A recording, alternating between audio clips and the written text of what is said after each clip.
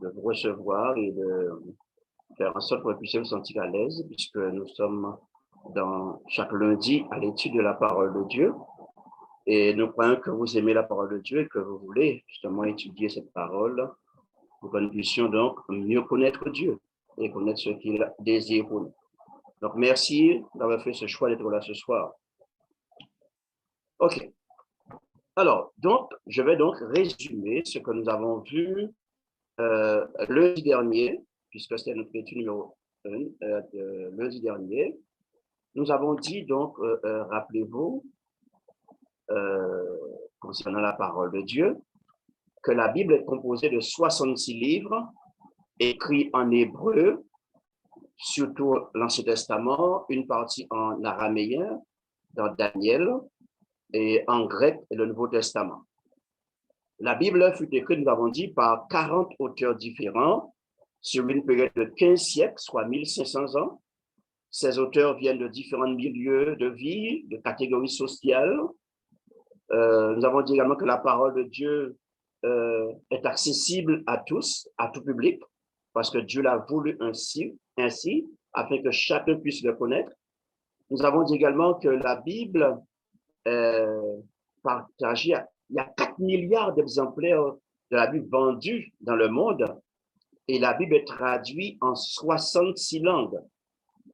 Donc, c'est vraiment quelque chose d'extraordinaire, ce n'est pas n'importe quel livre. Nous avons dit également que la Bible, c'est comme un puzzle, n'est-ce pas? Ouais, lorsqu'on a devant soi un puzzle, donc c'est en désordre, comme on dit, on ne sait pas quoi faire, par où commencer, ce n'est pas évident. Mais lorsque nous commençons à emboîter les choses, nous commençons, on voit la lumière, et à la fin, donc, on réalise qu'on a devant nous un chef-d'œuvre, n'est-ce pas? La Bible également, nous avons dit, s'interprète par elle-même. Et ce soir, nous allons faire une expérience justement pour voir comment la Bible s'interprète par elle-même, que ce soit les prophètes de l'Ancien Testament ou du Nouveau Testament. Nous avons dit un texte utilisé hors contexte peut devenir donc un prétexte.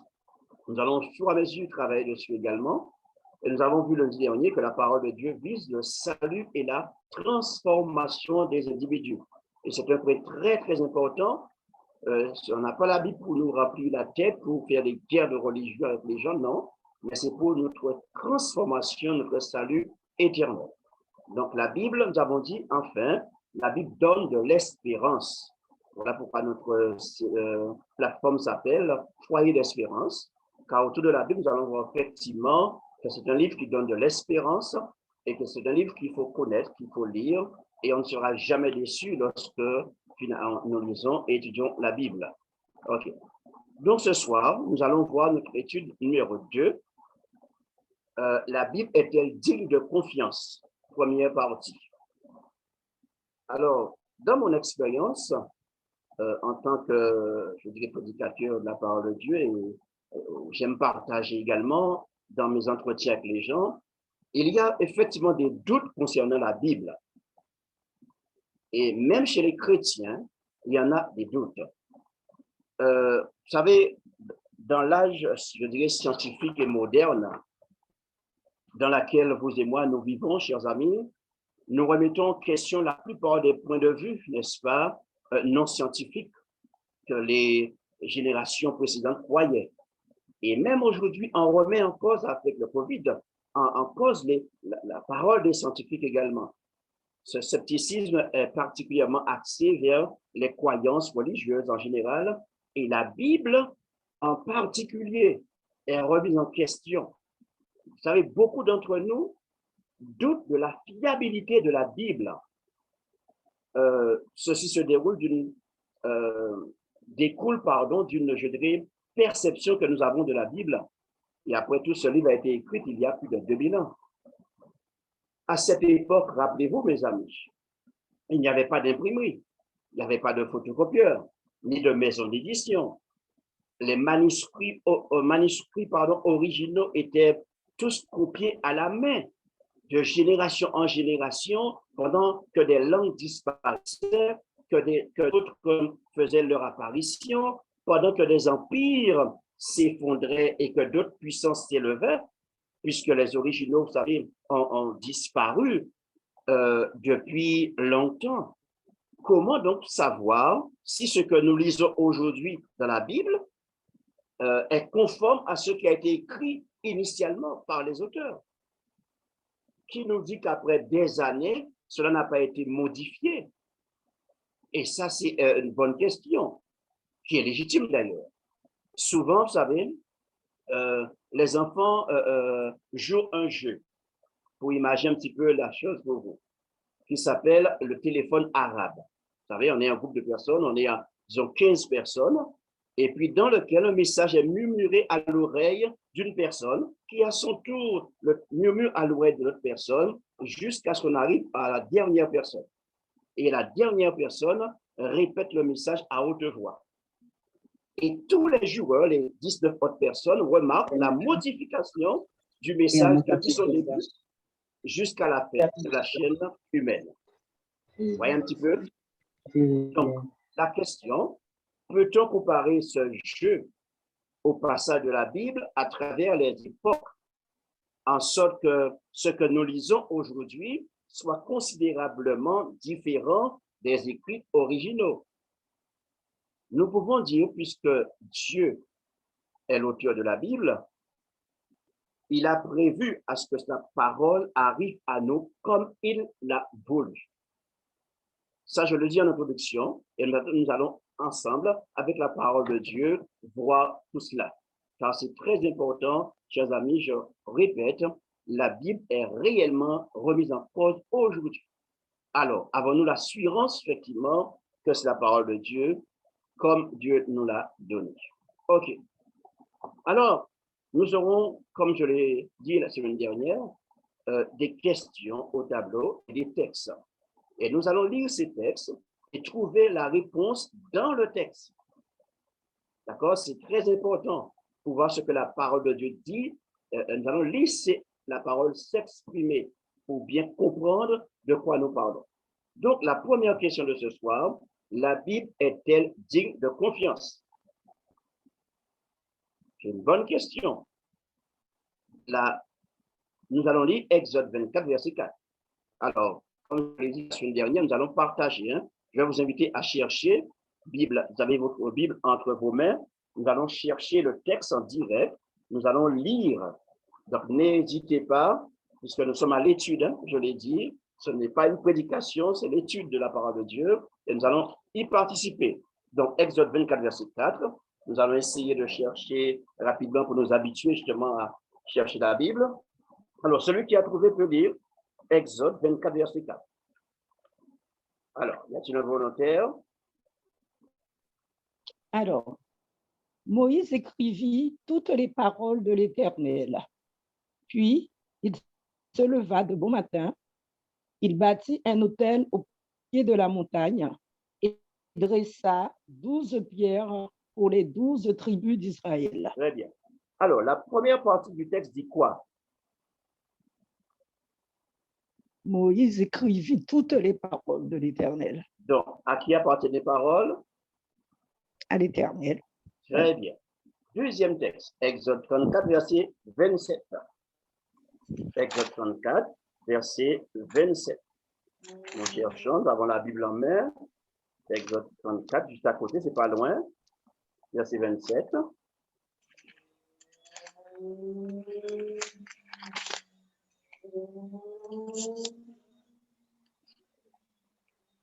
L'Éternel dit à Moïse, écris ces paroles, car c'est conformément à ces paroles que je traiterai l'alliance avec toi et avec Israël.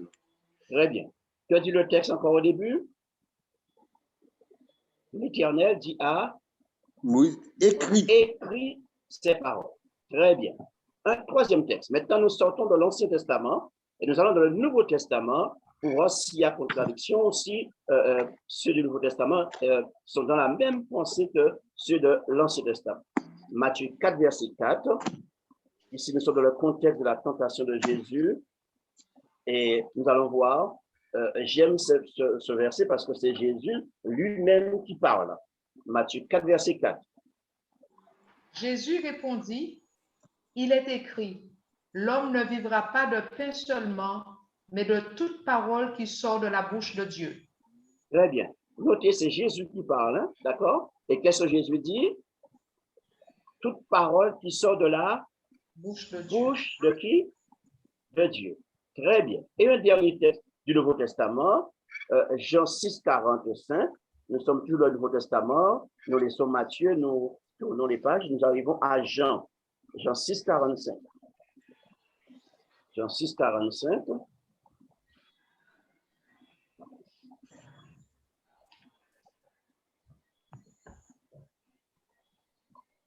Ça y est.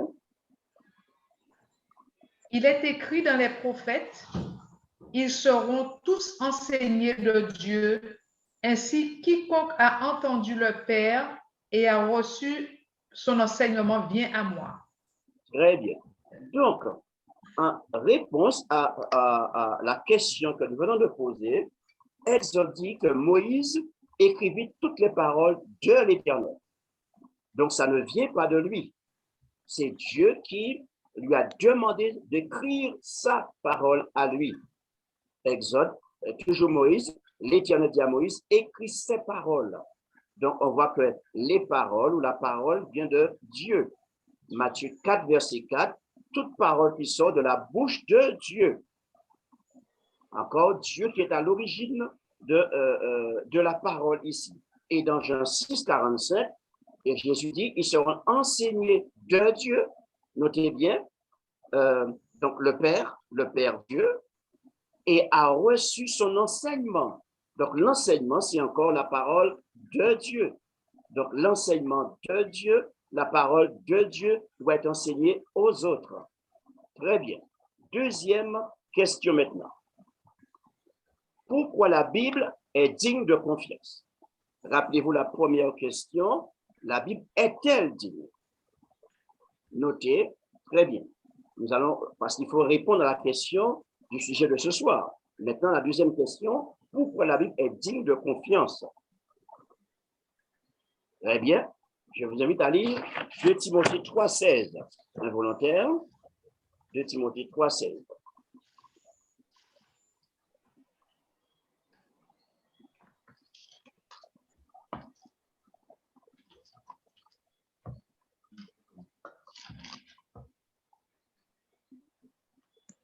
D'ailleurs,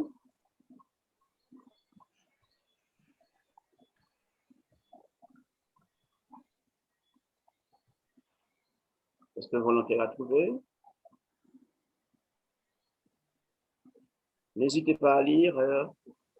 D'accord. Toute écriture est enseignée de Dieu et utile pour enseigner, pour convaincre, pour corriger.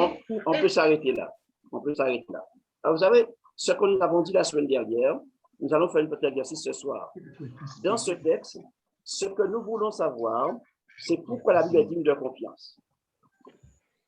Et la réponse se trouve au début du texte. Toute écriture est inspirée de Dieu. Maintenant, vous allez voir qu'une autre fois, on va revenir sur ce même verset et nous allons voir comment, avec un verset, nous pouvons tirer beaucoup de leçons concernant Dieu et qu'il y a beaucoup de questions dans un verset de la Bible. Et là, pour répondre à notre question, c'est la première partie du texte qui nous intéresse. Il est dit, toute écriture est inspirée de Dieu.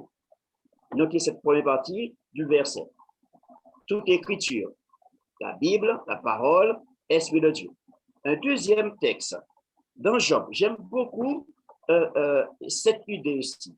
Job 32, verset 8. Vous allez voir, nous allons retirer quelque chose d'important, très important. Parce que quand vous voyez le texte ici de Timothée, le texte dit « Toute écriture est inspirée ». Dans l'original grec, il est marqué « est soufflé par Dieu ». Inspiré ou encore soufflé par Dieu. Et qu'est-ce que Job va dire pour confirmer ce que Paul dit? Vous allez voir encore, il n'y a pas de contradiction entre Job, Ancien Testament, et Timothée, Paul en Timothée, Nouveau Testament. Alors, qui veut lire? Job 32, verset 8. Mais en réalité, dans l'homme, c'est l'esprit, le souffle du Tout-Puissant. Oui, c'est le souffle du Tout-Puissant qui donne l'intelligence. Alléluia. voyez comment un texte complète un texte. Quand on met ces deux textes ensemble, on voit la lumière. C'est plus clair déjà. Lui, inspirer veut dire souffler dans l'original grec. Et c'est exactement ce que Job va dire. Dans l'homme, c'est l'Esprit de Dieu. Le souffle dans Genèse, nous avons l'occasion de voir cela ensemble. Le souffle du Tout-Puissant qui donne quoi? L'intelligence. Très bien. Un deuxième texte, 2 Samuel 23, verset 2. 2 Samuel. Nous retournons nous restons plutôt dans l'Ancien Testament. 2 Samuel. Et toujours, on va voir que l'idée de Paul est tirée de là. Il n'y a pas de contradiction. Vraiment, ça s'enchaîne. Magnifique. 2 Samuel 23, verset 2. Un volontaire toujours pour lire. L'Esprit de l'Éternel parle par moi et sa parole est sur ma langue. Alléluia. Voyez? Donc, on voit ici que ce que Job dit, ce que Paul dit à Timothée, et ce que ici, il est dit dans Samuel, il est question de David, il n'y a pas de contradiction. Voyez, c'est réellement un ensemble de choses. Donc, la réponse, très bien, de Timothée, toute écriture est inspirée de Dieu. Et Job dit, c'est l'Esprit de Dieu qui anime l'homme, d'accord? Et qui lui donne l'intelligence. Et ensuite, vous allez voir que dans Samuel, David parle, il dit, l'Esprit de l'Éternel parle par moi. Donc, c'est Dieu qui parle. Donc, ça veut dire que David, là, me dit qu'il est un instrument et que Dieu se sert de lui pour parler à travers lui aux êtres humains. OK? Très important. Et sa parole, la parole de Dieu, est sur ma langue. Vous voyez comment c'est quelque chose d'extraordinaire? Super. Maintenant, question numéro 3. La Bible est-elle vraiment la parole de Dieu? Ah oui, ça c'est... Nous poursuivons. Texte, 1 Thessaloniciens 2,13. Alors, nous allons dans le Nouveau Testament. Voilà. Le Nouveau Testament, 1 Thessaloniciens, n'est-ce pas? Nous allons vers la fin de la Bible. OK, avant Timothée, vous allez voir 1 Thessaloniciens 2, verset 13.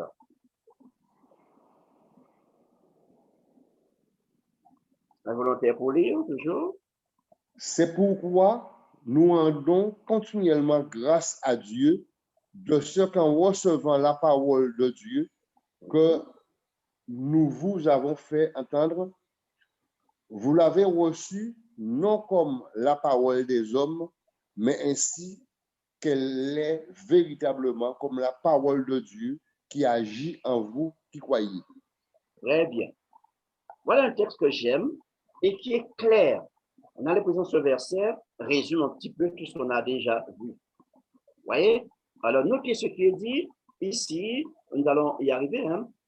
La parole de Dieu. Vous avez reçu la parole de Dieu. On va y revenir tout à l'heure. Et un texte, Acte 6, verset 7 maintenant. Nous restons toujours dans le Nouveau Testament. Nous sommes dans Acte 6, le verset 7. Acte 6, verset 7.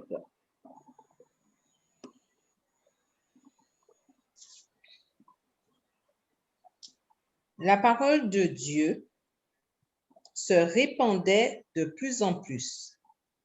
Le nombre des disciples augmentait beaucoup à Jérusalem et une grande foule de sacrificateurs obéissait à la foi.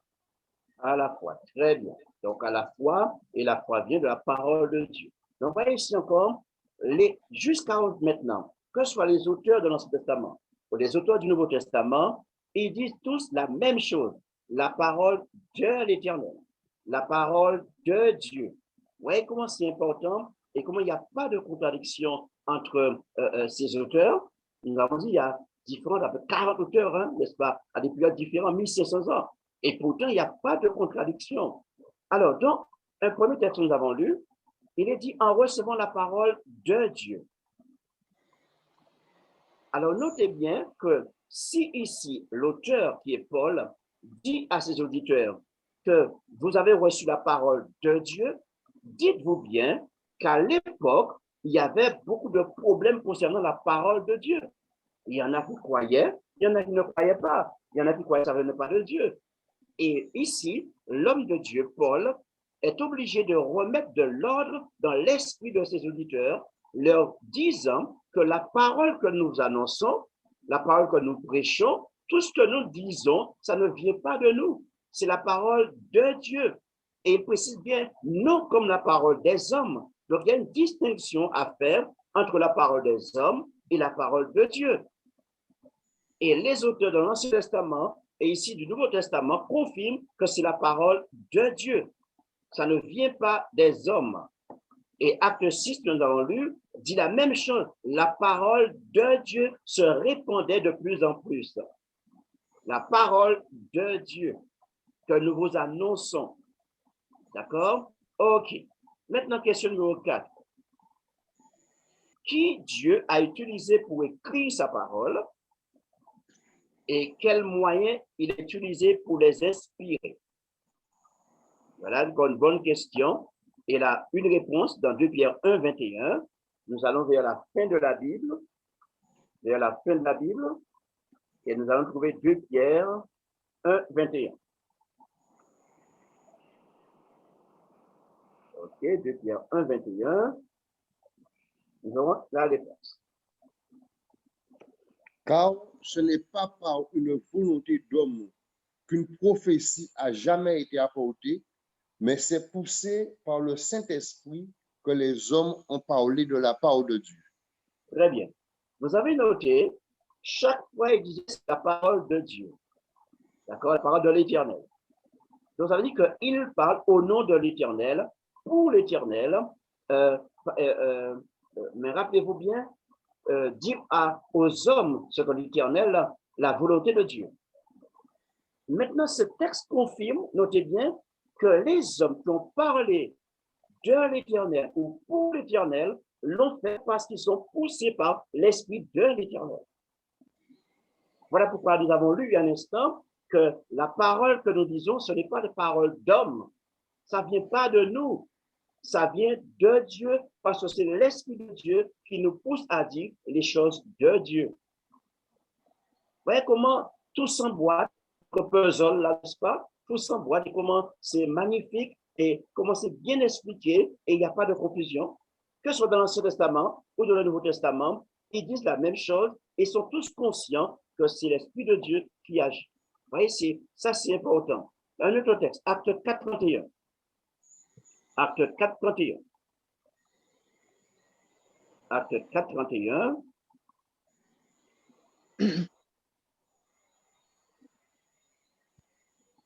Quand ils eurent prié, le lieu où ils étaient assemblés trembla. Ils furent tous remplis du Saint-Esprit et ils annonçaient la parole de Dieu avec assurance. Très bien.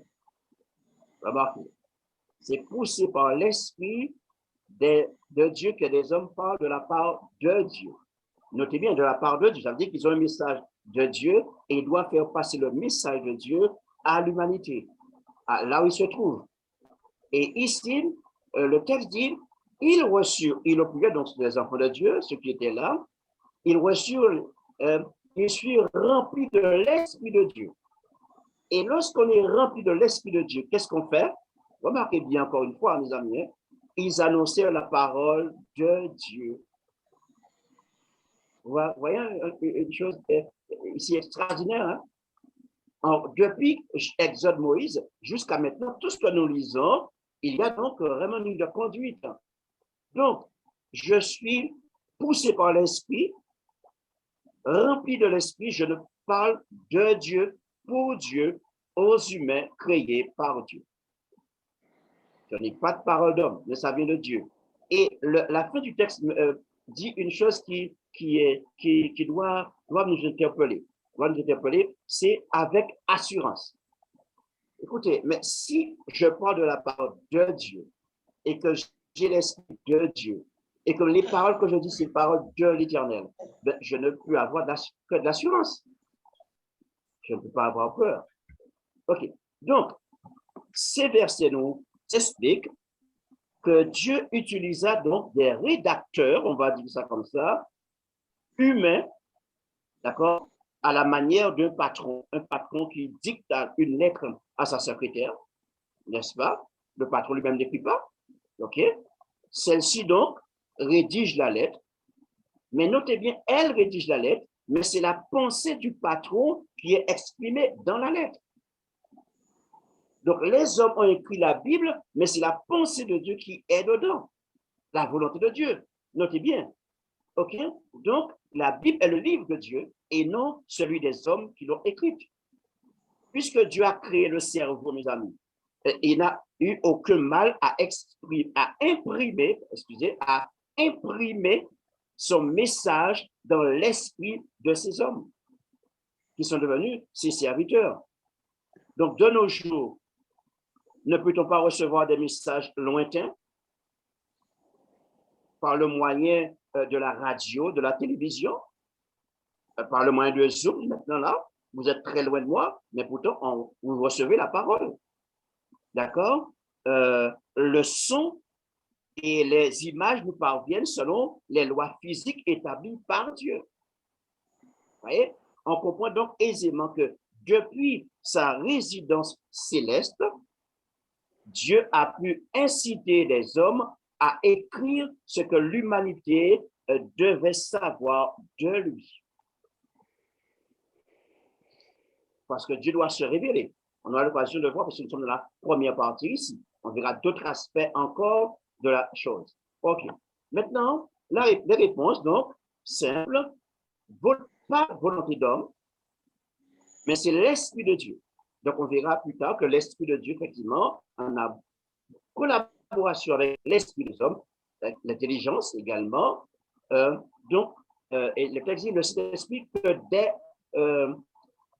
mais c'est poussé par le Saint-Esprit que des hommes ont parlé de la part de Dieu. Donc, voilà la réponse à notre question. Et dans Actes, et tout le rempli de l'Esprit, ils annonçaient la parole de Dieu. C'est important, mes amis. Et la cinquième question, puisque nous aurons 5 questions ce soir, OK, la Bible est-elle véridique? C'est bien de dire que la Bible est la parole de Dieu. C'est Dieu qui nous a donné, utilisé les hommes pour écrire sa volonté, son désir, son plan. Mais est-ce que la Bible est un livre véridique? C'est-à-dire, est-ce que tout ce qu'il y a dans la Bible, c'est la vérité? Je me rappelle, il y a des gens qui m'ont dit ça. Hein? Ils m'ont dit qu'il y a des choses dans la Bible auxquelles ils ne croient pas. Parce que ça ne vient pas de Dieu. Et je parle même au niveau des chrétiens. Donc, ouais, ça nous fait réfléchir. D'accord? Alors, la réponse se trouve dans Jean 17, verset 17. La réponse, Jean 17, verset 17, nous cherchons. Et j'aime bien la réponse qui est donnée parce que vous allez voir de qui la réponse est venue. Jean 17, verset 17. Il veut lire. Sanctifie-les par ta vérité, ta parole est la vérité. Très bien. Alors, le texte dit quoi? Vous savez, ici, c'est Jésus qui parle. Hein? Vous voyez? Et quand c'est Jésus qui parle, moi, ça me rassure. Parce que vous savez que dans la Bible, on verra ça plus tard, que Jésus dit il est la vérité. Et il dit la vérité. Donc ici, Jésus dit, et il s'adresse au peuple, n'est-ce pas? Mais de la part de Dieu. Et il dit, sanctifie-les par ta vérité. Et c'est quoi la vérité? La parole de Dieu. La Bible, les Saintes Écritures est la vérité. Oui, et j'aime parce que Jésus, remarquez bien que Jésus respecte exactement la même pensée que les hommes de l'Ancien Testament, Moïse, David et Job et consorts. Jésus respecte également la pensée des hommes du Nouveau Testament. Vous voyez? Et la parole de Dieu, cette parole de Dieu, c'est la vérité. Donc, si la question que nous avons posée, la Bible est-elle véridique? Jésus me dit oui. Maintenant, nous allons voir plus tard comment je peux expliquer cela, puisque nous allons voir que étudier la Bible, nous l'avons dit lundi dernier, c'est faire une expérience personnelle avec ce qui est écrit. Rappelez-vous cela, hein? On n'étudie pas pour se remplir la tête, mais on étudie pour faire une expérience de salut avec ce qui est écrit. Donc, si je veux savoir si la parole de Dieu est la vérité, il faut que je l'étudie. Et c'est ce que nous allons faire avec vous chaque lundi pour vous aider justement à étudier ensemble la parole de Dieu. OK. Maintenant, c'est le moment des questions. Y a-t-il donc des questions par rapport à ce que nous allons de dire maintenant?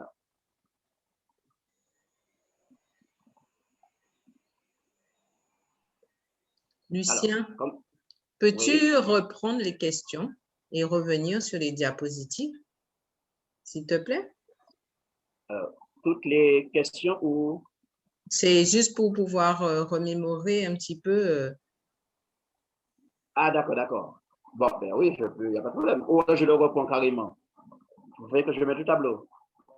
Non, tu peux reprendre oralement. Tu peux reprendre oralement. Ah, oralement, d'accord, parce que oui, je peux reprendre oralement, parce que on va voir dans la conclusion tout à l'heure que ça... Voilà. Donc, la première question que j'ai posée, la Bible est-elle digne de confiance? Nous avons vu la semaine dernière l'origine de la Bible. Nous avons vu comment c'est venu. Nous avons vu un peu l'histoire de la Bible. 1500 ans, n'est-ce pas? Est-ce qu'il y a eu des erreurs quelque part? Ce qu'on a aujourd'hui n'est pas ce qui a été écrit avant. Donc, est-ce que la Bible est digne de confiance aujourd'hui? Est-ce que c'est-à-dire on peut faire confiance à la Bible? La deuxième question, pourquoi la Bible est digne de confiance? Vous voyez, pourquoi elle est digne de confiance? Nous avons dit parce qu'elle est, on va voir tout à l'heure, la réponse. On va voir tout à l'heure, je ne vais pas aller trop vite, parce que je reprends les questions avec. Troisième question, nous avons dit, la Bible est-elle vraiment la parole de Dieu? Quatrième question, qui Dieu a utilisé pour écrire sa parole et quels moyens il a utilisé? Et cinquièmement, la Bible est-elle véridique et peut-on croire tout ce qui est écrit dedans? Donc, voilà donc les 5 questions que nous avons posées et nous avons lu les textes également. Alors, est-ce qu'il y a une question par rapport à l'étude de ce soir, bien sûr? Hein? C'est vrai.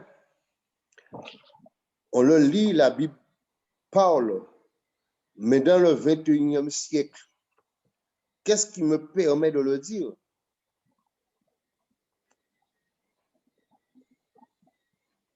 Qu'est-ce que vous voulez dire quoi? Que je dois faire confiance à la Bible et que la Bible est digne de confiance. Très bien. Très bien. Alors, au 21e siècle. C'est ça. Alors, vous croyez que les siècles, les années changent la parole de Dieu, changent la volonté de Dieu? Jamais. Remarquez, je commence avec vous dans Exode. Et dans l'Ancien Testament, le Nouveau Testament, tout ce qui est écrit est la vérité. Mais comment savoir si c'est la vérité si je n'étudie pas cette Bible-là? Vous voyez, c'est ça. Comment je sais ce qui est écrit est vrai si je ne l'étudie pas, je ne le lis pas? Rappelez-vous, je vous ai dit que ce soir, c'est la première partie. Alors, ta question trouvera une réponse lundi prochain également. Parce que là, on va entrer dans le concret et le vrai, réellement. Mais avant de parler du concret, il faut bien nous placer, nous positionner, à savoir si déjà nous croyons à la Bible. Alors, est-ce qu'il y a des questions encore? Merci. Ça va? Il n'y a pas de questions? D'accord. Alors, donc, l'autre sujet, la Bible est-elle digne de confiance? Et je réponds que la Bible est digne de confiance en un, parce que c'est la parole de Dieu. Notez ça bien, bien, bien. Parce que moi, ce que je veux faire, nous allons faire plus tard, c'est parler de Dieu. Mais si nous ne sommes pas d'accord au départ que la Bible, c'est la parole de Dieu, mais tout ce que nous allons voir plus tard, eh bien, on ne pourra pas le croire.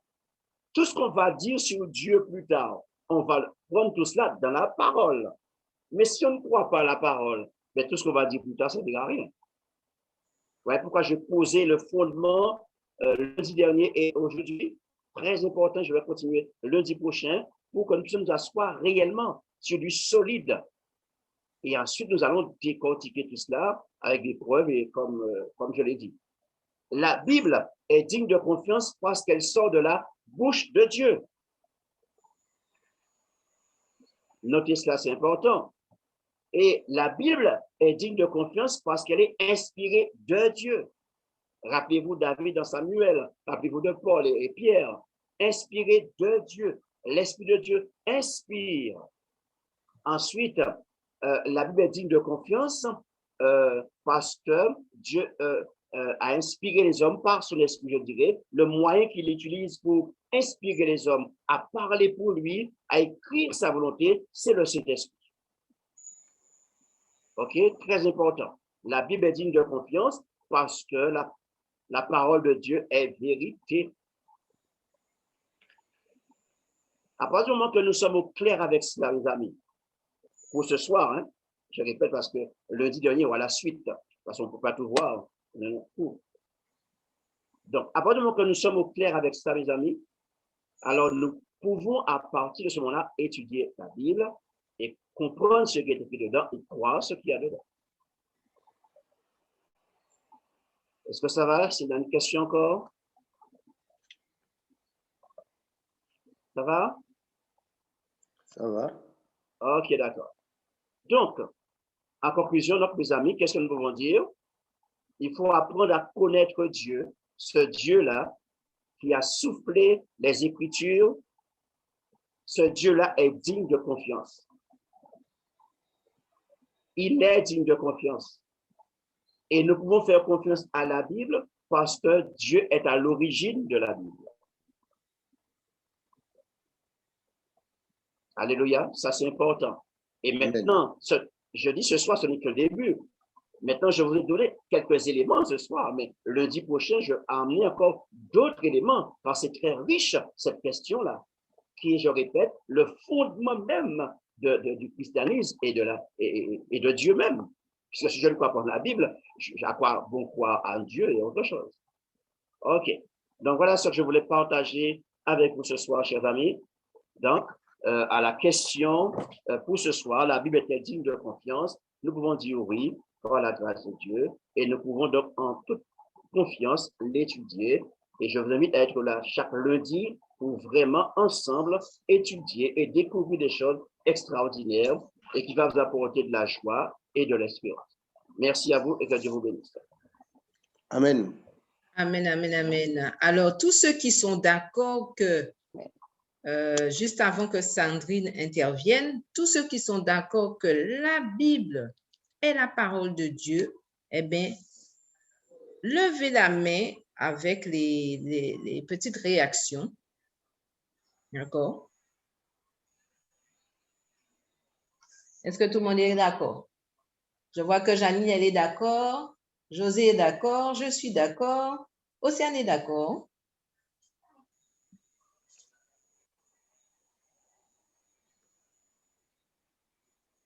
Ah, il en manque, hein? On est à 13. Il y a 5 mains levées. Est-ce qu'ils savent mettre la main? Est-ce que le prédicateur n'est pas d'accord? Oui, je l'ai vu la main déjà. Ah, d'accord. Ouais, je suis de la naturelle, direct. En direct, en direct. Oui, direct, en direct. Alors, on est avec Sandrine. Merci pour votre participation. Merci beaucoup, Lucien, et merci à tous les participants. Donc, aujourd'hui, je vois quelques personnes, je vois des noms. Je vois Bias Muriana, Luison, Vega Jean-Luc. Il y avait aussi Océane Morand, Jeanne Fessil.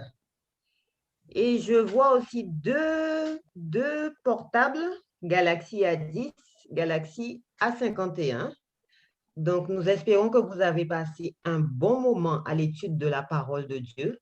Nous espérons que ça vous a fait du bien pour aujourd'hui et que cela va durer pour tout le temps, pour l'éternité, parce que nous aspirons à cela aussi, à être avec notre Dieu. Donc, d'avoir cette espérance, ça nous fait du bien. Donc, c'est tout ce que nous pouvons vous souhaiter, que vous puissiez être avec Dieu, parce que c'est la promesse qu'il nous fait. Donc, merci d'avoir participé et nous nous donnons rendez-vous demain pour une autre intervention concernant la santé.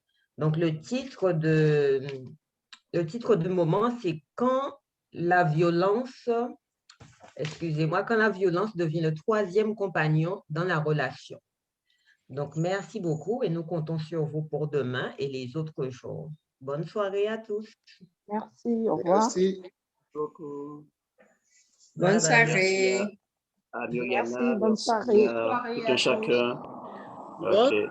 soirée tout le monde. Bonsoir, Lucien. Merci. Salut, salut, soyez bénis. Merci, mon pareillement. père. Au D'accord. revoir, Muriana. Bonjour à ta famille. OK, ce sera fait.